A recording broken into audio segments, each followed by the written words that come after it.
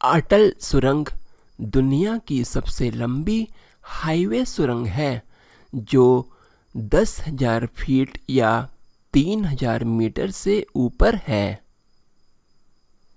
ये सुरंग पीर पंजाल रेंज के तहत मनाली को लेह से जोड़ती है। इसे बॉर्डर रोड्स ऑर्गेनाइजेशन ने 10 साल की अवधि में पूरा किया है। अटल सुरंग इंडिया की पहली सुरंग है जिसमें एस्केप टनल है। मेन टनल के अंदर टोपोग्राफी के चलते पहले इसे रोहतांग सुरंग के नाम से जाना जाता था। 25 दिसंबर 2019 को पूर्व प्रधानमंत्री अटल बिहारी वाजपेयी के जन्मदिन पर प्रधानमंत्री नरेंद्र मोदी द्वारा सुरंग का नाम बदलकर अटल सुरंग रख दिया गया था। इस सुरंग का नाम पूर्व प्रधानमंत्री अटल बिहारी वाजपेयी के नाम पर क्यों रखा गया, ये सब जानने के लिए मेरे साथ बने रहिए इस वीडियो में एंड तक।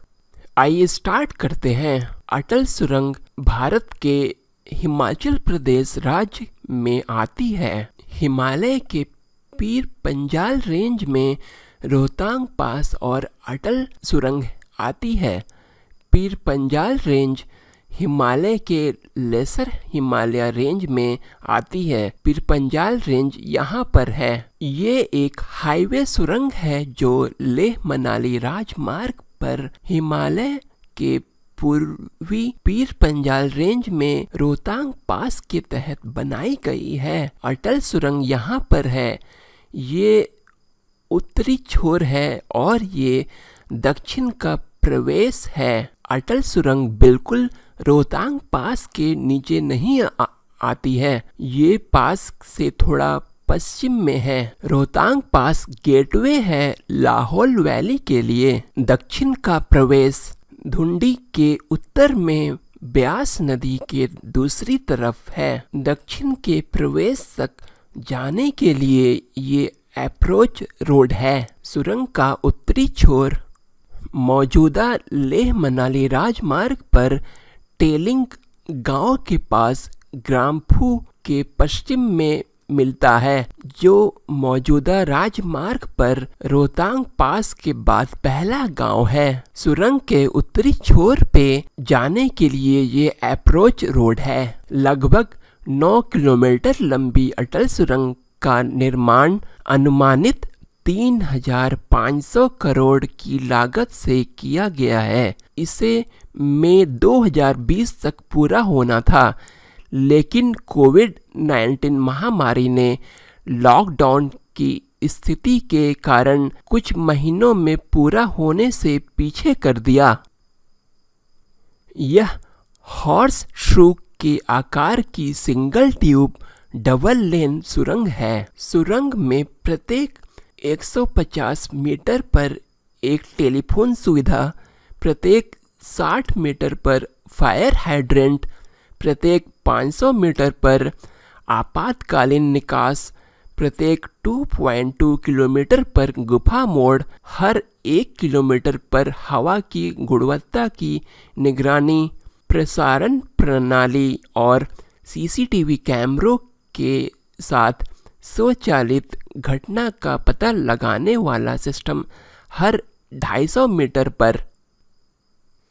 लद्दाख जाने के लिए 2 मार्ग हैं। पहला लेह मनाली राजमार्ग रोहतांग पास सर्दियों के महीनों के दौरान भारी बर्फबारी और बर्फानी तूफान प्राप्त करता है और एक वर्ष में केवल 4 महीने सड़क यातायात के लिए खुला रहता है, पर सुरंग सर्दियों के दौरान राजमार्ग को खुला रखेगा। दूसरा है जोजिला पास। लेह के लिए दूसरा मार्ग है। जोजिला श्रीनगर द्रास कारगिल लेह राजमार्ग पर गुजरता है, जो एक वर्ष में लगभग 4 महीने तक बर्फ से अवरोध हो जाता है। जोजिला पास के तहत 14 किलोमीटर लंबी सुरंग का निर्माण की योजना बनाई गई है। ये 2 मार्ग अक्साई चिन और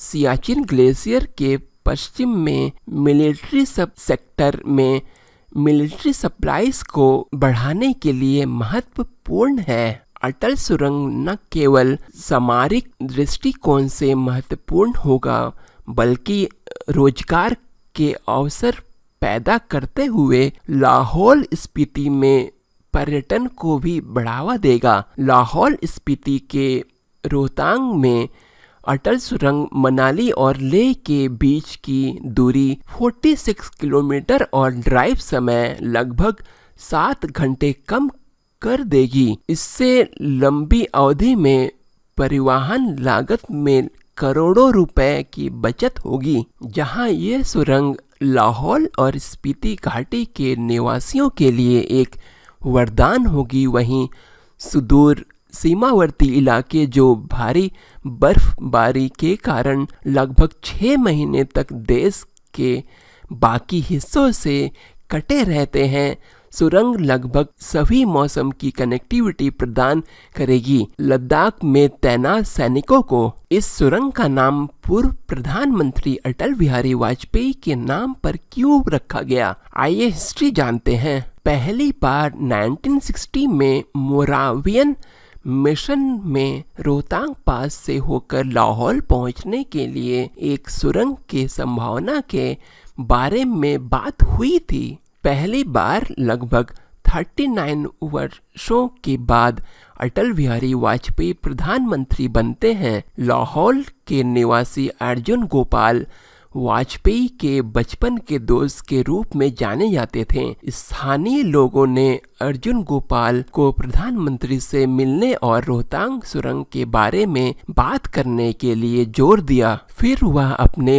2 साथियों चेरिंग दोराजी और अभय चंद के साथ दिल्ली चले गए और लगभग 1 साल की लगातार चर्चा हुई और फिर अंत में प्रधानमंत्री अटल बिहारी वाजपेयी सहमत हुए और जून 2000 में लाहौल के मुख्यालय का दौरा किया और घोषणा की कि रोहतांग सुरंग का निर्माण किया जाएगा। पूर्व प्रधानमंत्री अटल बिहारी वाजपेयी का सपना था अटल सुरंग यानी रोहतांग सुरंग बनाने का, तभी रोहतांग सुरंग का नाम अटल सुरंग रखा गया। रोहतांग पास में एक सुरंग के निर्माण के लिए फीसिबिलिटी स्टडी राइट्स द्वारा की गई थी। हालांकि इस परियोजना ने उड़ान नहीं भरी। इस परियोजना पर 2000 में कॉस्ट 5 बिलियन इंडियन रुपीस की लागत 7 वर्षों में पूरा होने का अनुमान था।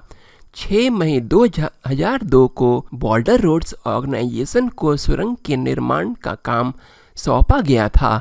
हालांकि फिर भी काम में ज्यादा प्रगति नहीं हुई। 28 जून 2010 को यूपीए के अध्यक्ष सोनिया गांधी द्वारा नींव का पत्थर रखा गया था। सर्दियों में भारी बर्फबारी के दौरान खुदाई जारी रखने सबसे चुनौतीपूर्ण काम था। उम्मीद है कि प्रधानमंत्री नरेंद्र मोदी इस साल 2020 में सितंबर के अंत तक या अक्टूबर के स्टार्टिंग में सुरंग का उद्घाटन करेंगे। फिर उसके बाद सुरंग को पूरी तरह से चालू कर दिया जाएगा।